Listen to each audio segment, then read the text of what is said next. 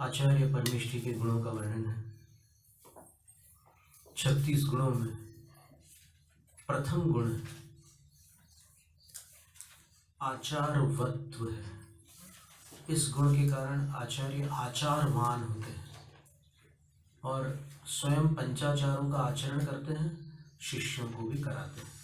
ये प्रथम गुण है। और योग्य पात्र को दीक्षा देकर पंचाचारों का आचरण कराते हैं। दूसरा गुण था आधारवान। पहला है आचारवान, 36 गुणों में दूसरा गुण है आधारवान। आधारवान में बताया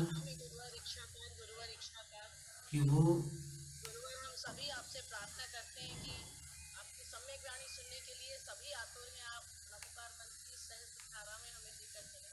स्वामी गुरुवर 9 पूर्व के ज्ञाता होंगे अथवा 10 पूर्व के अथवा शुद्ध केवली होंगे। चौथे काल की बात है। तो 9 और 10 पूर्व तक तो पुलाव बकुश और कुशील प्रतिसेवना कुशील मुनि जा सकते हैं, और उससे ऊपर का जो ज्ञान होता है, जो संपूर्ण द्वादशांग का जो ज्ञान होता है, वो केवल कषाय कुशील मुनि को होता है, अन्य मुनियों को नहीं हो सकता। और कषाय कुशील प्रतिसेवना से रहित होते हैं, अर्थात उनको कोई भी अतिक्रम व्यतिक्रम आदि दोष नहीं लगते उनकी चर्या में। तो इससे ये भी बात आती है कि उनको प्रायश्चित भी नहीं करना पड़ता। वो विशेष श्रेणी के साधु हैं, सामान्य साधु नहीं है। लेकिन फिर भी अगर वो आचार्य होंगे तो उनके गुणों में प्रतिक्रमण आदि होंगे, षडावश्यक के अंतर्गत प्रतिक्रमण होगा, तो वो शिष्यों की अपेक्षा से। और प्रतिक्रमण कल्प भी होता है, 10 कल्पों के अंदर एक प्रतिक्रमण कल्प भी होता है, वो भी होगा। तो वो सब अपनी आत्मविशुद्धि के लिए पूर्व भाव में जो त्रुटियां हुई हैं उसका प्रतिक्रमण कर लेंगे। वर्तमान की चर्या में तो उनको कोई दोष नहीं लग रहा है। और ऐसे साधु का एक नाम जो अपने सामने है इस पंचम काल में, वो है आचार्य भद्रबाहु स्वामी। वो शुद्ध केवली थे। हो सकता है विशाखाचार्य भी कषाय कुशील मुनि रहे हों, क्योंकि कषाय कुशील मुनि को कम ज्ञान तो हो सकता है, लेकिन प्रतिसेवना कुशील मुनि को 10 पूर्व से अधिक ज्ञान नहीं हो सकता, ऐसी व्याप्ति है। तो जो भी उस श्रेणी के साधु होते हैं उनको साधुचर्या में कोई भी दोष नहीं लगता, उनको कभी प्रायश्चित करने की आवश्यकता ही नहीं होती, इतनी शुद्ध चर्या होती है उनकी। आपको स्मरण हो, सर्वार्थ सिद्धि में एक पंक्ति आती, कषाय कुशील निर्ग्रंथ स्नातका नाम प्रतिसेवना नास्ति। इन 3 मुनियों को प्रतिसेवना, यानी कोई भी ऐसे जो साधुचर्या में त्रुटियां हो जाती है, दोष लग जाते हैं, वो इनके नहीं होते। 3 मुनियों के स्नातक तो केवली भगवान है, तो वो तो दोष रहित हैं। और निर्ग्रंथ जो है वो दशम गुण स्थान से ऊपर पहुंच चुके हैं, तो उनके भी दोष का सवाल नहीं। लेकिन जो ये हैं कषाय कुशील मुनि, इन्होंने 9 कषायों को वश में कर लिया है। वशीकृत अन्य कषाय उदया संज्वलन मात्र तंत्रा, ये पंक्ति स्मरण हो। केवल संज्वलन, क्रोध, मान, माया, ये इनके उदय में रहती है, उतना ही राग होता है उनको, उससे अधिक नहीं होता। और वो राग मुनिचर्या को दूषित करने वाला राग नहीं होता है, इसलिए उनके लिए कोई प्रायश्चित नहीं होता।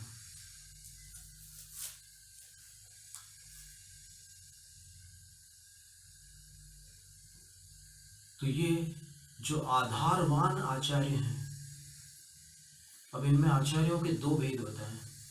एक आचार्य श्रमणों के चतुर्वेद संघ के आचार्य होते हैं, यानी ऋषि, मुनि, यति और अनगार, केवल यही उनके साथ रहेंगे, और फिर अधिक से अधिक एलक और क्षुल्लक भी उनके साथ रहेंगे। ब्रह्मचारी रह सकते हैं, लेकिन न तो कोई ब्रह्मचारिणी रहेंगी और न कोई आर्यिका और न कोई क्षुल्लिका।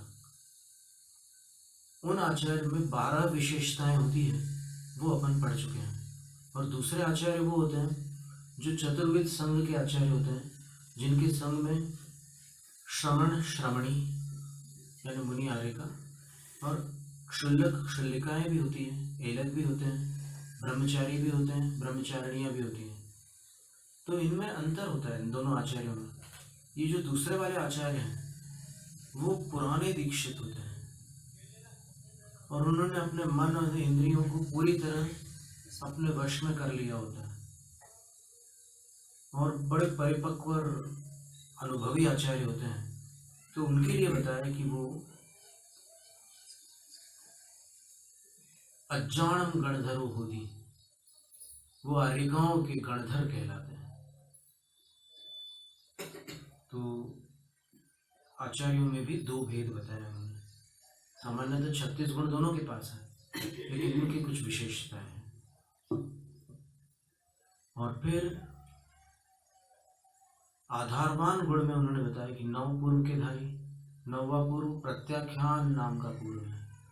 प्रत्याख्यान पूर्व में ऐसा होता है कि हिंसा का कैसे कैसे प्रत्याख्यान करना, बिल्कुल सूक्ष्मता के साथ उसमें पूरा विवरण है।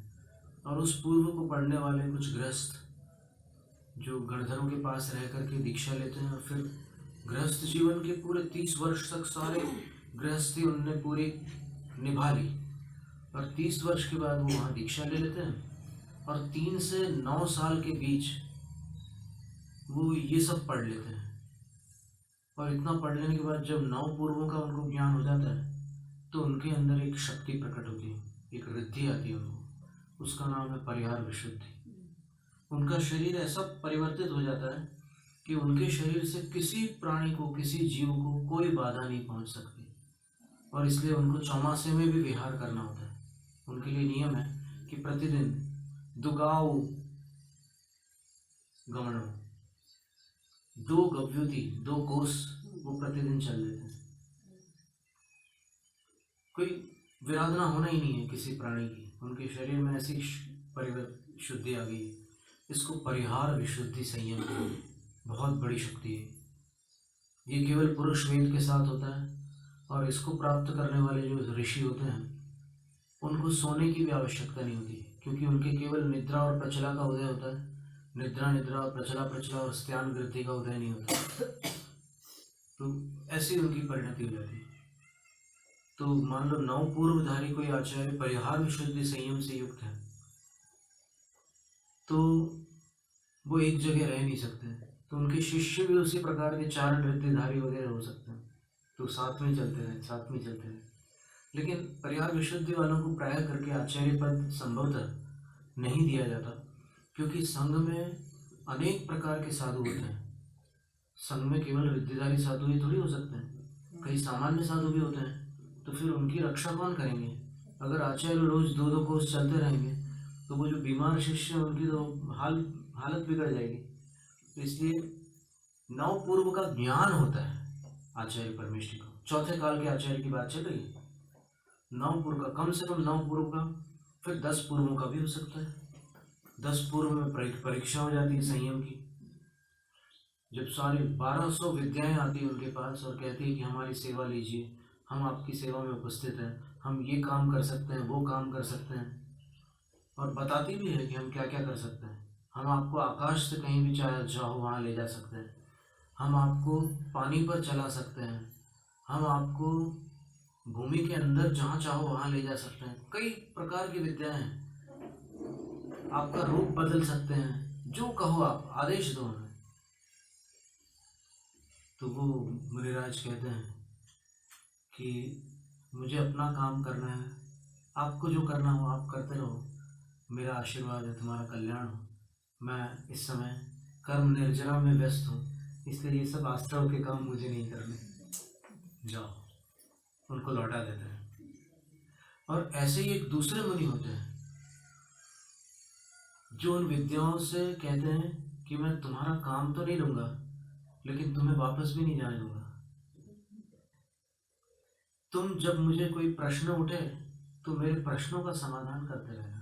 तुम स्वेच्छा से आए हो, मैंने तो तुम्हें सिद्ध नहीं किया था, मैंने केवल तपस्या की थी और तुम अपने आप मेरे पास आ गए, तो फिर मेरे प्रश्नों का उत्तर दे देना। तो वो विद्या कहती है कि सहर्ष देंगे हे ऋषिवर, हम तो आपकी सेवा से धन्य हो जाएंगे। और जब कभी उनको आवश्यकता होती है किसी प्रश्न का उत्तर पाने की, विद्याओं से विद्याओं का काम नहीं लेते, वो केवल प्रश्नोत्तर करते हैं, तो उनको प्रश्नों के उत्तर मिलते जाते हैं। तो उन मुनियों को नमो विद्याहरणम कह करके नमस्कार किया, और इनको जिन्होंने लौटा दी विद्याएं, इनका नाम नमो अभिन्न दस पुवीनम। ऐसे दो नमस्कार आते हैं ना भक्तावर के अंत में, आपने कभी देखा हो, ओम ह्रीम अरम नमो अभिन्न दस पुवीनम, ओम ह्रीम अरम नमो विद्याहरणम। फिर बाद में उसमें उसका और भी प्रभाव बताया है कि उस मंत्र से क्या लाभ होता है। जैसे ओम ह्रीम अरम नमो पदानुसारिणम परस्पर विरोध विनाशनम भवति। किसी में लड़ाई झगड़े हो रहे हो तो ये मंत्र अगर पढ़ लिया जाता है तो फिर लड़ाई झगड़े बंद हो जाते हैं। इतना तत्काल प्रभावशाली हो, एक माला रोज कर लो तो फिर वो झगड़े खत्म हो जाते हैं। ओम ह्रीम अरम नमो पदानुसारिणम परस्पर विरोध विनाशनम भवति। इसका एक बार ऐसा हुआ था कि हमारे आहार चल रहे थे रतन भवन में, अमरावती में, और वहाँ पर बिल्लियाँ लड़ने लगी, और बिल्लियाँ ऐसे लड़ती है कि बिल्कुल एक दूसरे की जान लेने के लिए तैयार हो जाती। तो इतना भयानक लड़ाई हो रही थी, तो एक वीरेंद्र मैत्री भाई हैं, उन्होंने 9 बार पढ़ा इसको, ओम ह्रीम अरम नमो पदानुसारिणम परस्पर विरोध विनाशनम भवतु, ओम ह्रीम अरम नमो पदानुसारिणम परस्पर विरोध विनाशनम भवतु। तो बिल्लियाँ लड़ाई छोड़ करके भाग गई वहाँ से, और हमारे आहार निरंतर हो गए। ऐसा होता है। तो ये 10 पूर्व के धारी भी ऋषि होते हैं, वो भी आचार्य पद को प्राप्त हो सकते हैं, और पूरे 14 पूर्वधारी तो आचार्य पद के धारी थे ही। इस पंचम काल में 5 श्रुत केवली हुए हैं। नाम स्मरण है किसी को? कौन से 5? आचार्य विष्णु, आचार्य नंदीमित्र, आचार्य अपराजित, आचार्य गोवर्धन और आचार्य भद्रबाहु स्वामी। विष्णु, नंदीमित्र, अपराजित, गोवर्धनाचार्य और भद्रबाहु स्वामी।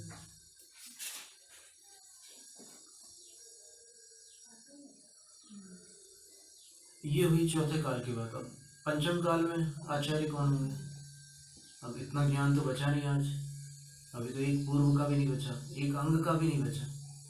तो इस समय कौन होंगे? बोले मते आढ्य, जो मति संपन्न हो, विवेकवान हो, जिनको समझ में आ जाए कि किस काल में किस समस्या का कैसा समाधान देना। और कल्प्य व्यवहारज्ञ, जो कल्प्य व्यवहार का अर्थ होता है साधु के योग्य आचरण को कल्प्य कहते हैं, और उससे स्खलन होने पर जो शुद्धिकरण की विधि है उसको जानने वाले जो गुरु हैं वो आचार्य पदवी के योग्य होते हैं।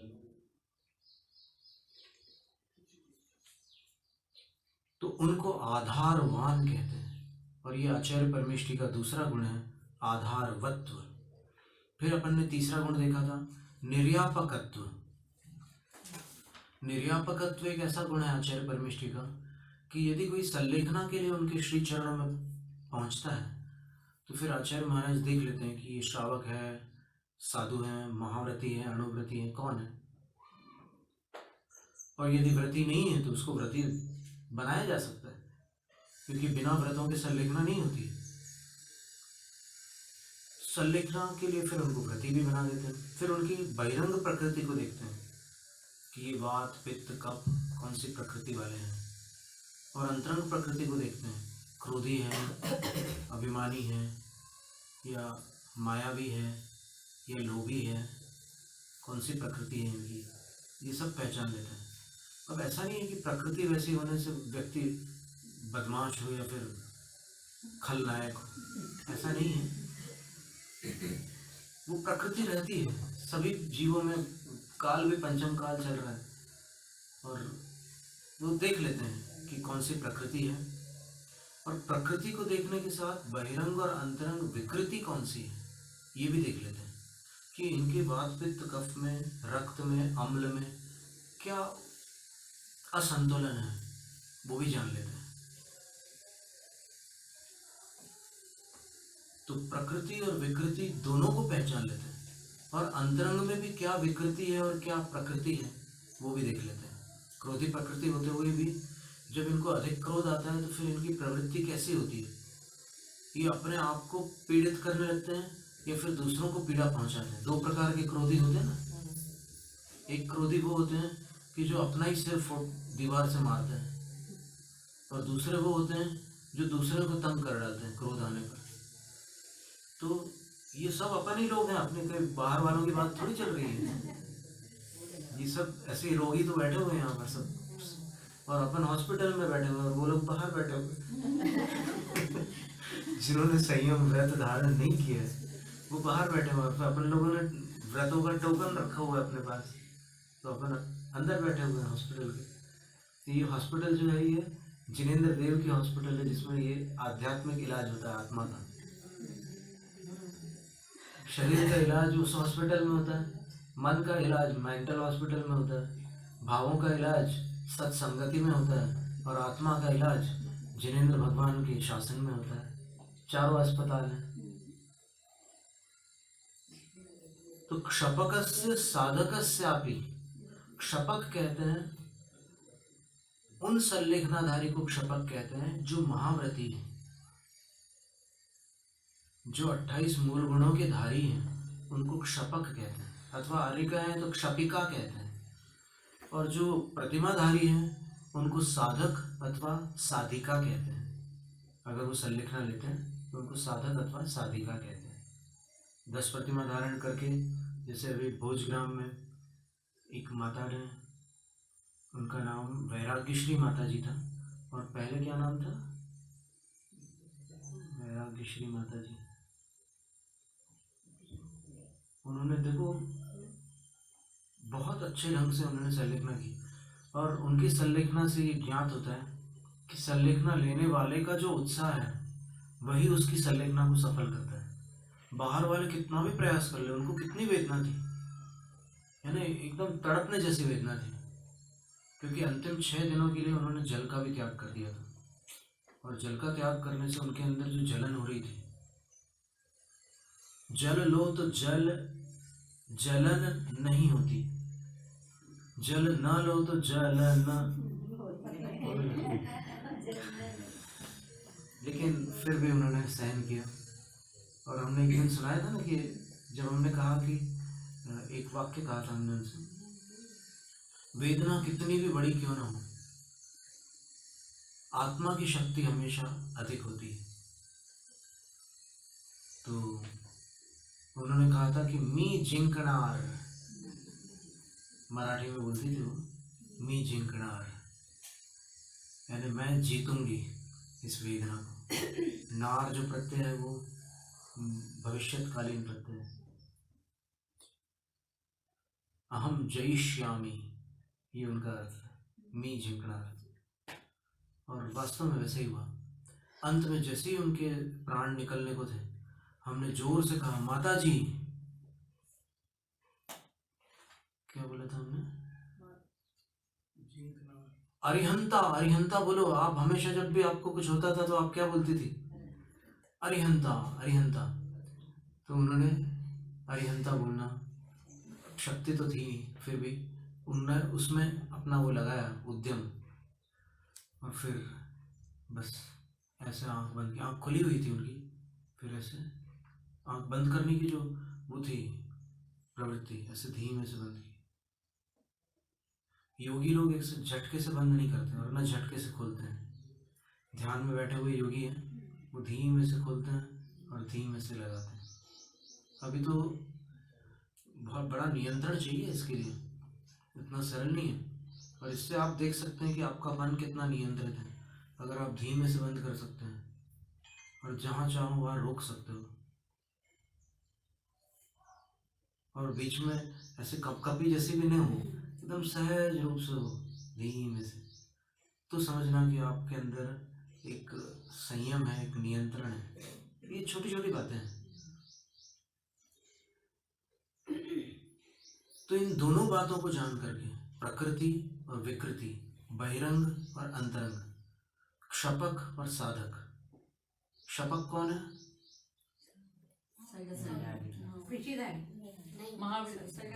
महा 28 मूल गुणधारी जो संलेखना में तत्पर हो रहे हैं उनको क्षपक कहते हैं। और साधक कौन है? प्रतिमाधारी होकर के जो संलेखना में तत्पर होते हैं उनको साधक कहते हैं। तो बुद्ध्वा तत्परिचर्या, इन सब बातों को समझ करके फिर उनकी परिचर्या करते हैं। और चूंकि आचार्य है, निर्यापक है, तो फिर वो कराते भी हैं दूसरों से। संलेखना के समय मान लो वो कफ का पात्र, कभी जो कफ प्रकृति वाले होते हैं उनको कफ का पात्र रखना पड़ता है संलेखना में, और फिर उनको बार बार कफ उनका उसमें से बाहर निकालते हैं।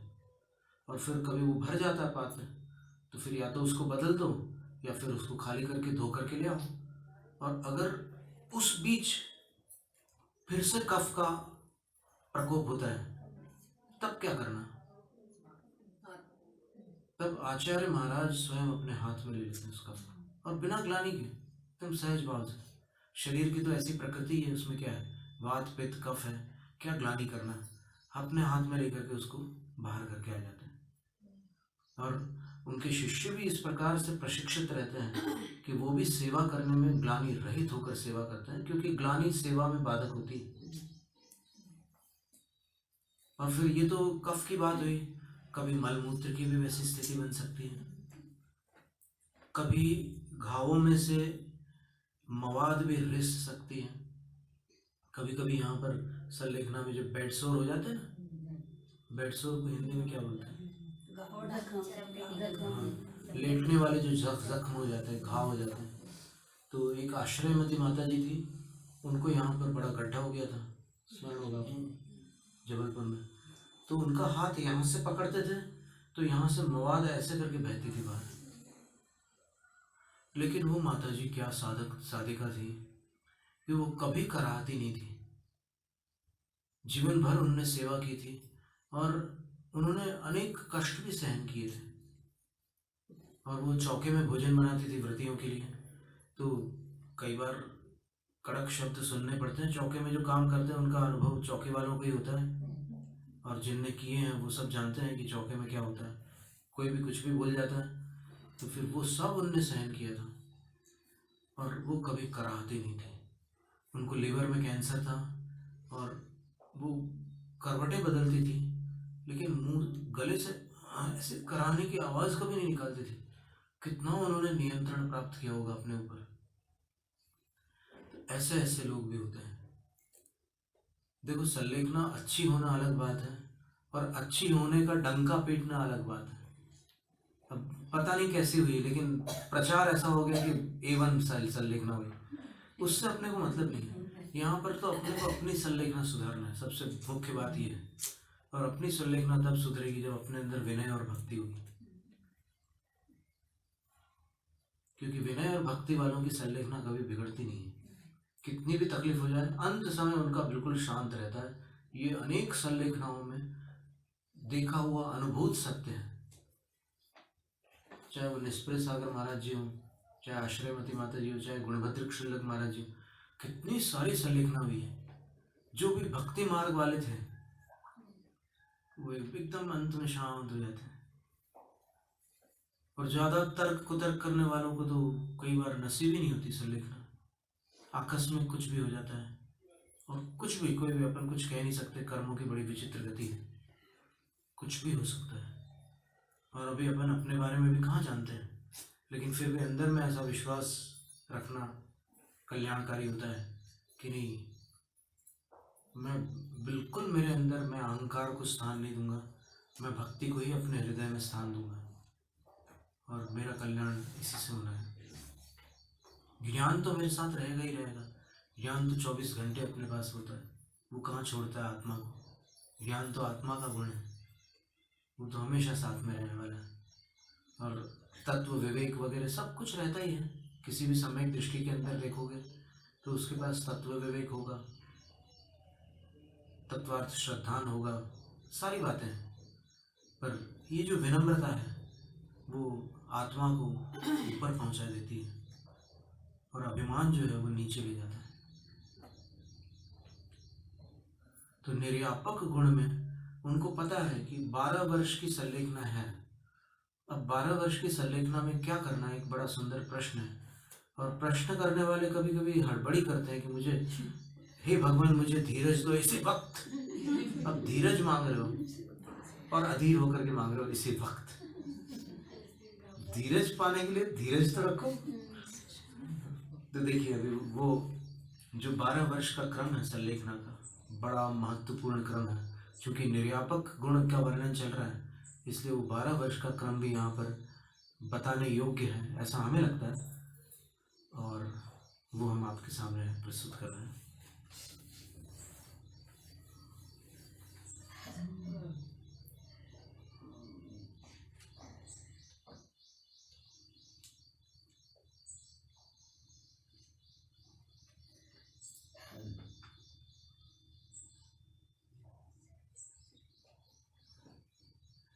और लिखना हो तो लिख भी सकते हैं, जिनको उपयोगी लगे।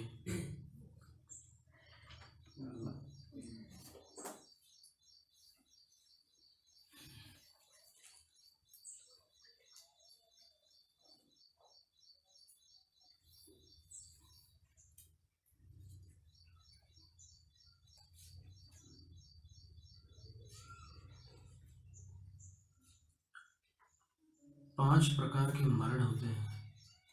एक मरण तो बाल मरण है, दूसरा बाल मरण है, तीसरा बाल पंडित मरण है, चौथा पंडित मरण है और पांचवा पंडित मरण है। तो बाल मरण मिथ्या दृष्टि जीव का होता है।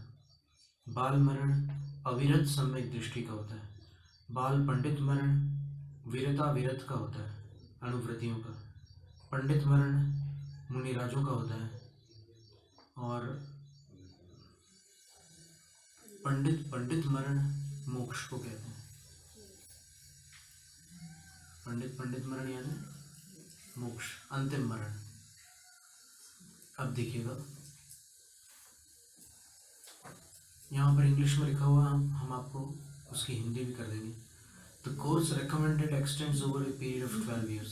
12 वर्षों का समय होता है वो, और which is to be divided into 6 unequal parts. और उन 12 वर्षों के कालखंड को 6 असमान विभागों में विभाजित करना है। और वो क्या क्या करना है सब बता रहे हैं ना। श्रोतारः सावधानतया शृण्वन्तु।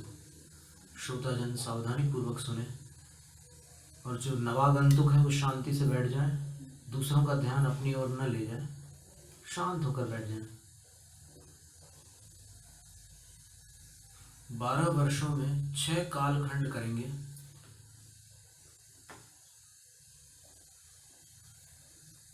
प्रथम 4 वर्ष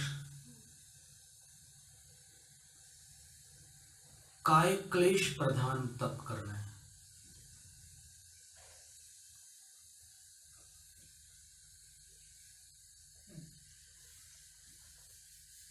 और उसके बाद दूसरा कालखंड जो है वो भी 4 वर्षों का है। प्रथम कालखंड 4 वर्ष का है, लिख लेना। दूसरा और उसमें आपको काय क्लेश प्रधान तपस्या करनी है, लंबे लंबे उपवास आदि। दूसरा कालखंड जो है वो भी 4 वर्ष का है, और दूसरे कालखंड में आपको षट रस से रहित आहार लेना है। यानी न दूध ले सकते हैं आप, न दही ले सकते हैं, न घी ले सकते हैं, न तेल ले सकते हैं, न शक्कर ले सकते हैं, न नमक ले सकते हैं। अब इतना आपने कर लिया, 8 वर्ष आपके निकल गए। क्या तो आचार्य जैसा कहे वैसा यहाँ रस का त्याग होता है। छेना कोई रस थोड़ी होता है।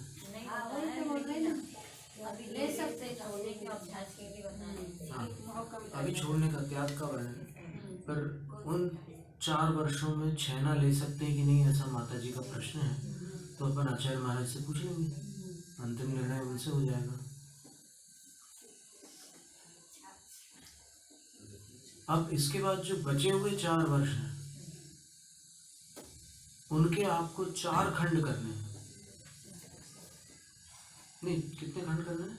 8 हो गए ना, अभी 4 8 वर्ष में 8 वर्ष में 2 6 खंड करना है। 6 खंड 4 नहीं करना है, 6 करना 6 है। खंड क्योंकि 12 वर्ष के कितने खंड थे?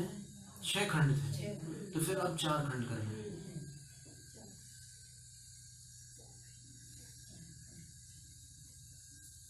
6 खंड में से 2 तो चले गए, पूरे हो गए। अब इसके बाद आपको 2 साल तक रस रहित ऊनोदर करना है।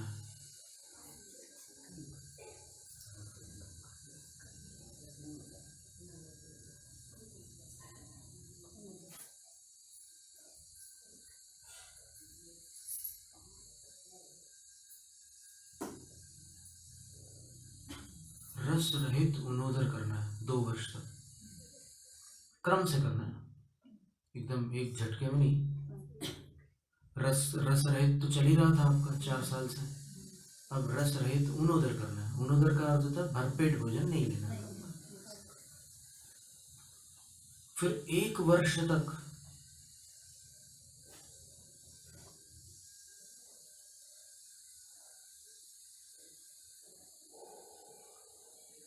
केवल ऊनोदर करना है। अब रसों का त्याग नहीं है, केवल ऊनोदर करना है। देखिए कितना व्यवस्थित क्रम है। आपको 6 साल तक रस रहित रखा और उसके बाद फिर आप रस ले लें, लेकिन ऊनोदर में ले लें। तो एकदम जो रसाशक्ति है वो खत्म हो गई।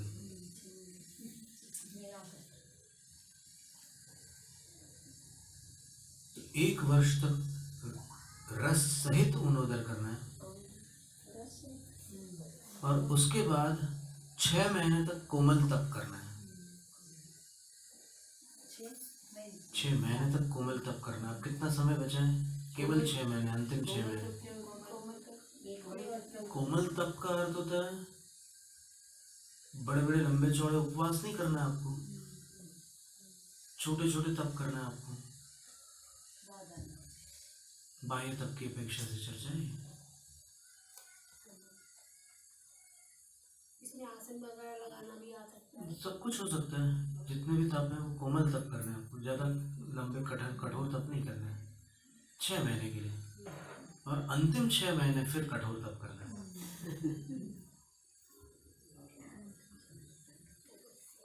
और फिर जो संलेखना होगी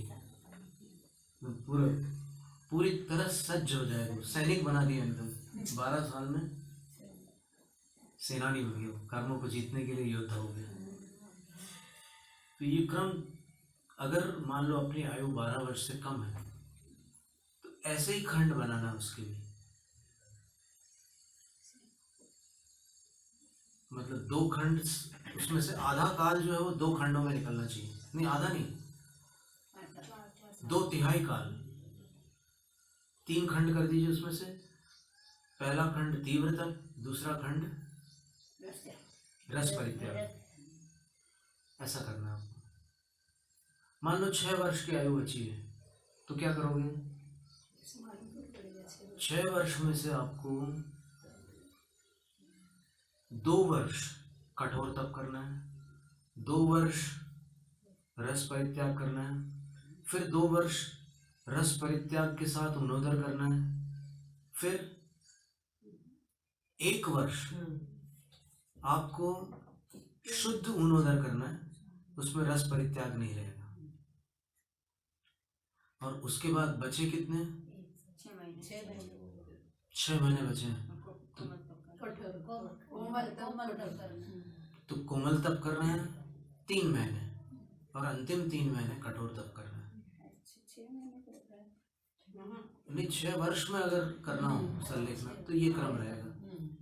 तो ऐसा क्रम आप इसके अनेक वो बना करके चार्ट्स बना सकते हैं। कोई अगर सुन रहा हो यहाँ बाहर जो चार्ट बनाने में एक्सपर्ट हो तो वो इसके चार्ट्स बना सकता है कालखंडों के। बहुत लोगों का कल्याण हो जाएगा। देखिए जैसे आयु क्या मालूम पड़ेगा? नहीं, आयु का तो पता चलता है। भगवती आराधना में बताया कि साधु को एक यक्ष की आराधना करनी होती है। आराधना है ना, परमेष्ठी रूप आराधना नहीं करनी होती है, केवल उसको अपने सामने लाकर प्रश्नोत्तर करने के लिए यक्ष की आराधना करनी होती है।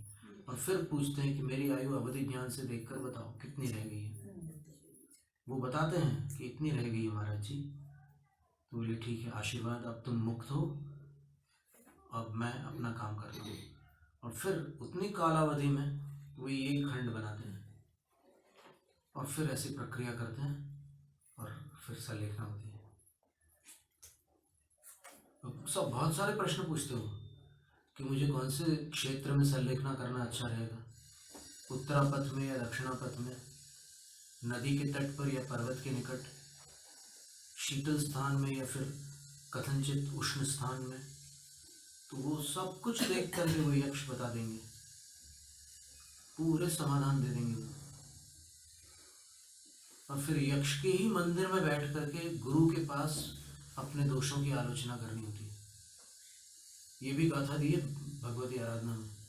अब यक्षी को साधारण मत समझो आप। जो जिन शासन के यक्षी हैं वो साधकों की साधना में बहुत सारे उपयोगी सूत्र दे सकते हैं। अब यहाँ लौकिक स्वार्थ वाली बात नहीं है कि हमारा सिर दर्द ठीक कर दो या हमें पैसों से माला माल कर दो, ये सारी बातें नहीं है। यहाँ पर तो जो निकट रह चुके हैं भगवान के, उनसे अपन बहुत सारी बातें पूछ सकते हैं जो अपने को आज शास्त्रों में भी उपलब्ध नहीं है। जैसे पद्मावती माता है, वो साक्षात भगवान के सामने, भगवान के सानिध्य में रह चुकी है। तो उनसे अपन ऐसे प्रश्नों का उत्तर भी ले सकते हैं कि भगवान के समय में कैसा क्या होता था। अब अपना पुण्य भी आवश्यक है साथ में, तभी अपने को उत्तर मिलेगा। अगर अपन इस काल खंड में उस प्रश्न के उत्तर पाने के अयोग्य होंगे, अपात्र होंगे, तो फिर देवी उसको या तो टाल देगी या फिर बताने की इच्छा ही नहीं होगी देवी को।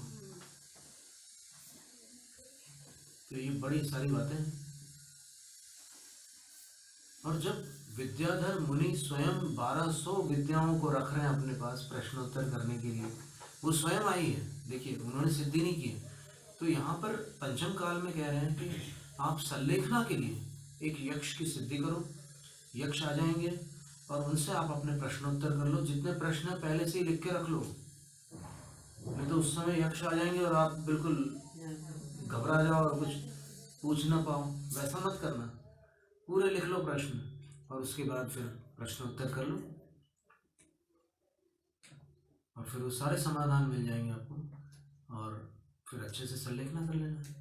तो संलेखना के लिए ये सारी बातें आवश्यक है। अथवा अपने गुरु से पूछ लो कि गुरुवर आपको कैसा लगता है, मेरी आयु कितनी हो सकती है, तो वो अपने निमित्त ज्ञान आदि से बता सकते हैं, बिल्कुल अच्छे से बता सकते हैं। आज भारत में ऐसा गणित है ज्योतिर्विद्या के पास, भारतीय ज्योतिर्विद्या में ऐसा गणित है कि अपन महीना तक निकाल सकते हैं कि कब मेरी आयु पूरी होने वाली है, उसका महीना तक निकाल सकते हैं।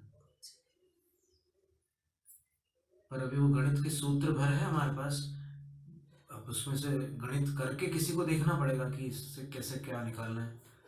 अब उसका भी जन्म काल आदि सब देख करके वो निकाला जाता है, पता चल जाता है कि किस महीने में किसका यहाँ से प्रस्थान है। तो आज इतना ही रखते हैं। निर्यापक गुण का वर्णन था ये। तो ये खास बात इसमें ये 12 वर्षों का जो कालखंड था, इसको अपन एक बार और भी दोहरा सकते हैं, अगर आपका भाव हो तो दोबारा फिर से बता सकते हैं। आज इतना ही रखते हैं। जैनम जैत शास्त्रम नमो आर्याण अथ स्वाध्याय निष्ठापन क्रियायाम शुद्ध भक्ति का सर्वम करोमि।